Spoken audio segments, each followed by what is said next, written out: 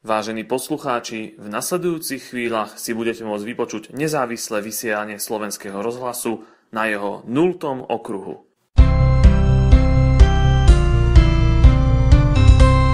Slovenský rozhlas 0.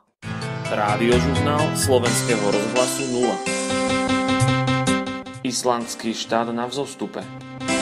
Pochod externistov v Bratislave. Vítajte v správach. Radikálna organizácia Islandský štát si podmaňuje ďalšie územia. Podľa informácií grónskej tlačovej agentúry dnes okolití obyvatelia opäť pozorovali prečerpávanie lávy z islandskej sopky do oceánu. Láva následne tuhne a zároveň aj vyparuje okolitú vodu a tým vzniká ďalšie územie. Európska komisia, ako sa ukázalo, považuje síce túto aktivitu za nelegálnu a poukazuje na smernicu číslo 12653/2014 o podmienkach výlevu lávy do mora, ale zároveň odsudzuje snahy Grónska o dostavbu podmorského plota, ktorým sa má zabrániť pozemnej preprave islandských robotníkov. Tí sa podľa informácií slobodného prijímača pohybujú peši po morskom dne a prvý z nich vraj už plot podkopali. Narazili však pritom na ďalšie ložiska lávy, ktorá začala vyvierať až na povrch a tým sa opäť výrazne zväčšila plocha islandského štátu.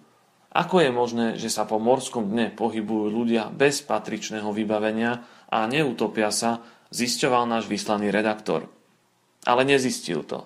Tesne pred hranicou islandského štátu mu totiž skončila platnosť pasu a musel sa vrátiť späť. Na túto tému ešte pripravujeme podrobnejšiu reportáž. Prejdime k správam z domova. V Bratislave už asi hodinu trvá pochod externistov proti islandizácii Európy. Organizátori tipujú účasť na 1000, média na 10 účastníkov. Po akcii sa má účasť vraj vyhodnotiť a víťazný typ dostane prvú cenu Banskobystrickej gardy. A nielen o tom sa budeme aktuálne baviť s iniciátorom celej akcie. S mafiánom Kotletom nás teraz spája Telemost Heat, takže zdravím vás, pán Kotleta. Proti čomu protestujete? Zdravím vás, bratia a sestry. Proti čomu protestujete, pán Kotleta? Tak ja teraz proti ničomu, ale moji kolegovia, iste ich počujete, protestujú proti islandizácii Európy. Takže vy ste tam iba ako divák? Čo hovoríte na prítomnosť polície? Prekáža vám? Tak v prvom rade, ja som predseda strany a nie nejaký demonštrant. To, co si ujasníme. A v rade druhom sme veľmi radi, že polícia sem prišla na stráž. Počujete, na stráž.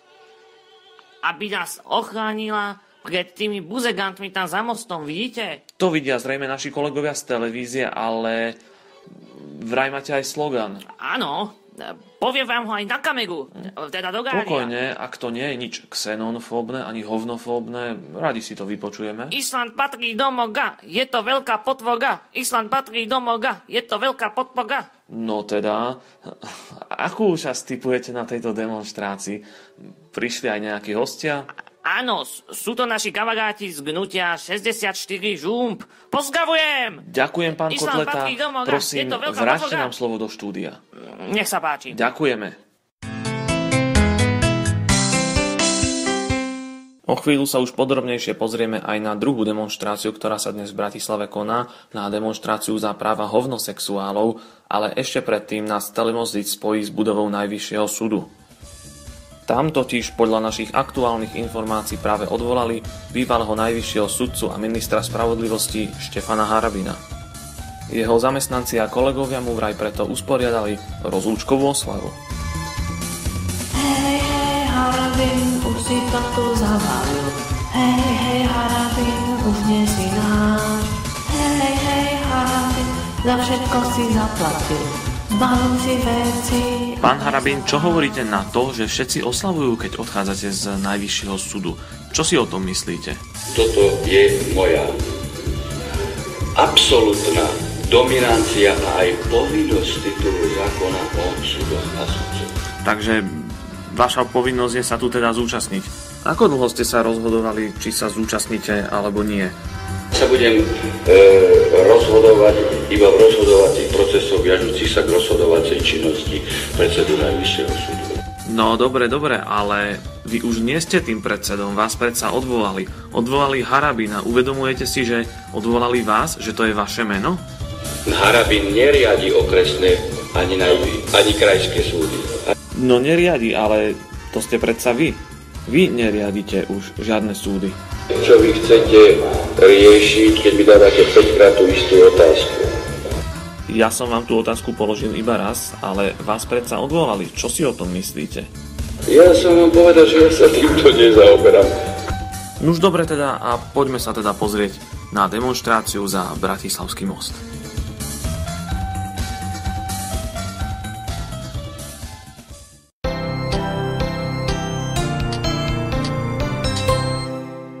V tejto chvíli už máme spojenie s nábrežím v Bratislave, kde sa koná plánovaná akcia za práva hovnosexuálom s názvom Gay Pride.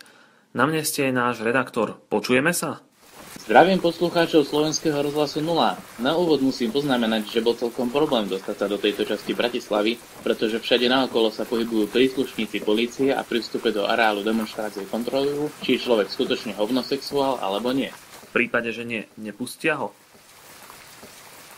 Práve že pustia, ale na čelo mu nalepia rozlišovaciu nálepku, aby tu nedochádzalo k nejakým omylom a nedorozumeniam. My sme si ale aj s ďalšími návštevníkmi prilepili nálepku na inú časť tela, odporúčili nám to aj samotní organizátori. Čo dnes už na demonštrácii zaznelo? Aké vyhlásenia či požiadavky zúčastnených? No už predpoludním takmer všetci požadovali najmä teplú stravu. Samozrejme, máme tu aj tak povedať typické požiadavky, akými sú registrované partnerstvá, či možnosť adaptovať si deti. O tom nám ale už viac povie jeden z organizátorov demonštrácie, pán Prikúril. Máte slovo. Dobrý deň, ja vám len momentiček, toto popravím nálepku, máte zle, tak to má byť. Čo vidíte hlavný zmysel tejto akcie? Ja som veľmi rád, že sme sa tu zišli v takomto hojnom počte. Máme tu celkovo asi 100 000 zúčastnených. Ľudia sem prišli z celého Slovenska. Niektorí cestovali autobusmi, ďalší LSBčkami a niektorí pedálofilovali na bicykloch niekoľko desiatok kilometrov, aby sa dostali až sem. Ja len doplním, že vidíme tu okolo seba asi 1000 ľudí, z toho 450 novinárov a 300 policajtov. Podľa čoho, pán Prikúril, usudzujete, že je tu, ako ste povedali, až 100 000 zúčastnených? Tak my sme si stanovili taký náš spoločný symbol. Vyzvali sme ľudí, ktorí s nami sympatizujú, ale nemohli prísť, aby si zobrali za sebou dážnik, no a ako ste iste videli aj vy, celá Bratislava dnes chodí s dážnikom. Pochopiteľne. Môžeme ísť prosím pod strechu? Nejako sa rozpršalo. Dobre. Vedeli by ste nám povedať niečo o vašich požiadavkách? Spomínali sme tu už dve. Sú nejaké ďalšie? Našimi požiadavkami je zaviesť registrované partnerstvá. Ľudia sa boja. Chodia po ulici a druhí nevidia, že sú to partneri. Hanbia sa.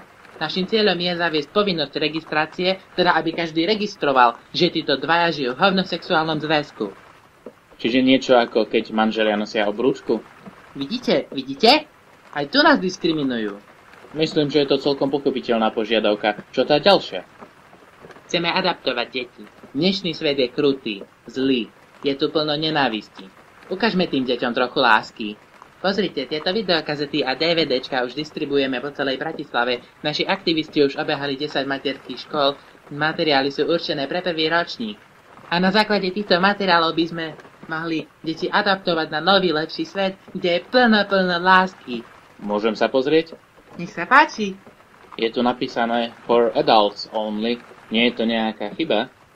Nie, to som vám dal zrovna kazetu, kde sme to zabudli prelepiť. Je to od našej sponzorcej organizácie. Je tu nejaké logo. Porn Kinder International. To je tá organizácia? Ale no. Pozor na tú nálepku, mám pocit, že sa vám nejako odtrhá. Pýtam sa vás, pán Prikúril, na tú organizáciu. Máte tieto materiály vôbec schválené ministerstvom školstva? Videl to niekto? Ale samozrejme, všetky kazety si môžete pozrieť aj tu. Máme tu privátne kinosály. Nie, mňa zaujíma, kto s politikou o tomto celom vie. A veru vie, máme tu aj osobnosti. Je tu pani Fľaša Moniková Beňová. Áno. A je Milan Vtáčik. Bývalý deprimátor Bratislavy. Ešte nejaká iná osobnosť tu je? Pochopiteľne tá moja. Samozrejme, myslím, že sme tému vyčerpali, rovnako ako moju trpezlivosť. Ďakujeme vám za rozhovor a poďme už, nálepka sa mi odliepa pri tom daždi. Naživo ste mohli počúvať prenos z Gay Pride. Po Po masívnej opozičnej kritike druhého sociálneho balíčka sa vláda rozhodla túto kritiku reflektovať v podobe tzv. Antisociálneho balíčka. Ten by mal byť už čoskoro predstavený verejnosti. Slovenskému rozhlasu 0 sa však už podarilo zistiť niektoré z jeho opatrení. Ako prvé je uvedené zrušenie minimálnej mzdy. Zavedená bude naopak mzda maximálna, pričom na jej výške sa chce vláda dohodnúť so zväzom podnikateľov Slovenska. Okrem toho má dôjsť aj k výraznému zníženiu dane pre právnické osoby, a to na jednotnú sadzbu -1%. Štát bude teda firmám vyplácať príspevok podľa toho, koľko v danom roku zarobila. Financovanie tejto zápornej dane bude zabezpečené z ďalších systémových opatrení a štrukturálnych reforiem, ktoré majú byť v rámci antisociálneho balíčka spustené. Jedná sa napríklad o zavedenie superrovnej dane. Tá bude pre každého občana opäť rovnaká, ale ponovom už nebude vyjadrená v percentách, ale pevnou sumou, pravdepodobne okolo 3000 eur ročne. Každý občan tak zaplatí štátu naozaj rovnako, a to bez ohľadu na to, či zarába veľa, málo alebo či vôbec zarába. Nezamestnaní by si v prípade potreby mohli požičať na zaplatenie tejto dane priamo od prezidentskej kancelárie. Inštitúty INECO, INES, Inakosť a aj finanční analytici ohodnotili navrhované opatrenia mimoriadne pozitívne, pretože vraj konečne bude systém motivovať úspešných, aby tu zostali, a neúspešných, aby odišli, a nie naopak. Podľa mimovládnych organizácií sa aj vďaka navrhovanému balíčku na Slovensku zvýšila kvalita demokracie o 1,5 boda. Vláde poradili pridať do balíčka aj zvýšenie percenta z daní, ktoré bude možné mimovládkam odvádzať. Ak by to bolo nad 10%, okamžite vraj stanovia kvalitu demokracie na maximálnu možnú mieru. Oficiálne na tieto návrhy už zareagovala aj strana akciových spoločností, ktorej sa ale nepáči, že aj naďalej si budú musieť firmy podávať daňové priznania sami. Lídri opozície po spoločnom rokovaní v sídle Oľano sa k tejto problematike odmietli vyjadriť, pretože podľa nemenovaného zdroja po stretnutí s Igorom Matovičom nik netuší, či už náhodou nie je nahratý. A teraz aktuálne z Bratislavy. Demonštranti pod vedením mafiána Kotletu sa vraj dostali do konfliktu s účastníkmi Glej Prideu. K stretom došlo v podchode na Hodžovom námestí, kde sa strhla hromadná bitka. K usmrteniu osôb ale nedošlo, pretože v Bratislave je predsa podchod za život.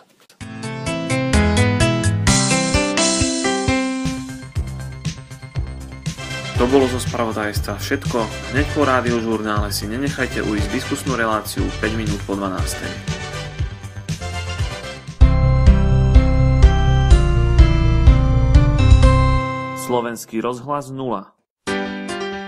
Reklama.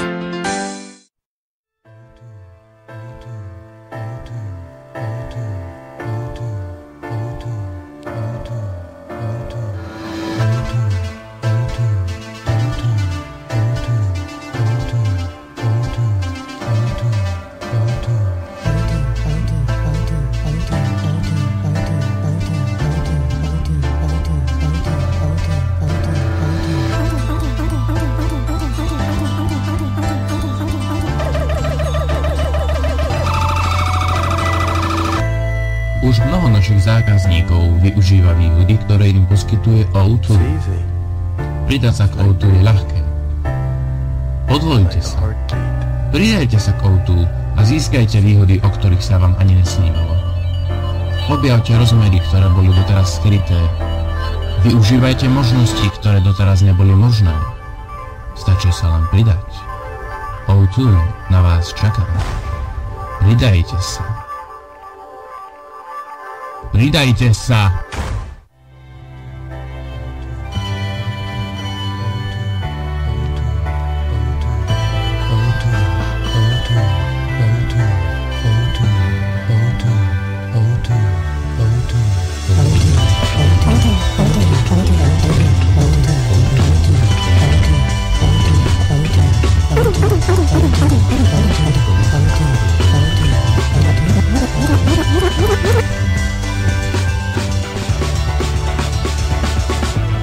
Pridajte sa ešte dnes. O2. Reklama. 5 minút po 12. Dámy a páni, príjemné popoludnie. Je tu čas sobotných monológov, tentoraz s predsedom vlády a strany Smer Robertom Ficom. Dodávam, že v štúdiu s nami sedí aj podpredseda vlády Robert Jaliňák, nakoľko ste sa nám sťažovali, že vždy pozývame iba samotného premiéra. Pánovi Jaliňákovi pripomínam, že na otázky bude odpovedať až po vyzvaní, v opačnom prípade musí zostať ticho. Takže páni, dobrý deň. Počúvate diskusnú reláciu 5 minút po 12. Pán premiér, vysvetlite nám princíp financovania Smeru? Je to nejaký balík peňazí, ktorý sa rozdeľuje... Takže vy si tu delíte nejaké peniaze a podľa vás je toto v poriadku? My sme nič nespáchali, my iba hovoríme... Počkať. O tom, či ste niečo spáchali alebo nespáchali, o tom sa má predsa rozhodovať na najvyššom súde. A keďže, ako už iste viete, pána Harabina odvolali, tak ten rozsudok nemusí byť pre vás celkom príjemný. Poprvé k tomu nemôže prísť. Čiže toto sú všetko fakty, ktoré podporujú naše tvrdenia, ktoré... Ale vás sa tu teraz nikto na nič nepýtal. Kde? Pán premiér, ja som asi nerozumel, čo ste hovorili? No, vy ma tu prosím nestrašte, ani túto kolegov. Ja sa vás teraz pýtam, pán predseda, čo ak vás odsúdia? Žiadne na nás nepôsobí. Čiže toto sú všetko fakty, ktoré... Ale prosím vás, nevyrušujte tu už. Viete čo? Vyťahneme si papiere. To je návrat do akých rokov? No, do školských rokov. Vyťahneme si papiere a ideme písať diktát. Čiže toto sú všetko fakty, ktoré... Pán Jaliňák, ani vás sa teraz nikto nič nepýtal. Ideme písať diktát. Som politik a chcem dobre pre Slovensko. Ešte raz opakujem. Som politik a chcem dobre pre Slovensko. Čo to je za nezmysel? Čo je to za diktát? Nebúrte sa. To sme kde? Dobre, vyzerá to, že máme dopísané. Odložiť papiere poprosím, aj pera. Takže, pán premiér, vy nám často rozprávate o tzv. Sociálnom štáte s trhovým hospodárstvom. Je to najväčšia hlúposť na svete, aká môže existovať. No dobre, ale... Toto nemáme právo hovoriť? Dobre, pán premiér.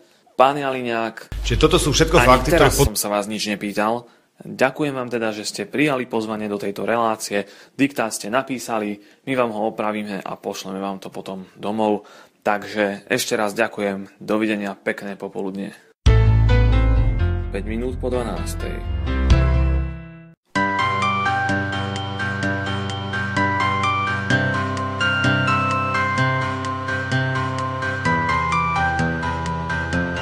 Toto bolo z nášho vysielania všetko. Pokiaľ ste so Slovenským rozhlasom 0 vydržali až doteraz, ďakujeme vám za pozornosť.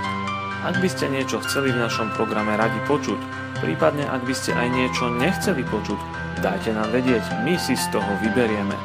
Ak sa vám vysielanie páčilo, máme pre vás dobrú správu, no ak nie, tak vás nepotešíme. S ďalšou časťou vysielania sa totiž ozveme už čoskoro, a to ešte pred parlamentnými voľbami v roku 2016. Pre kanál Infotext 4 vyrobil Slovenský rozhlas 0 2015.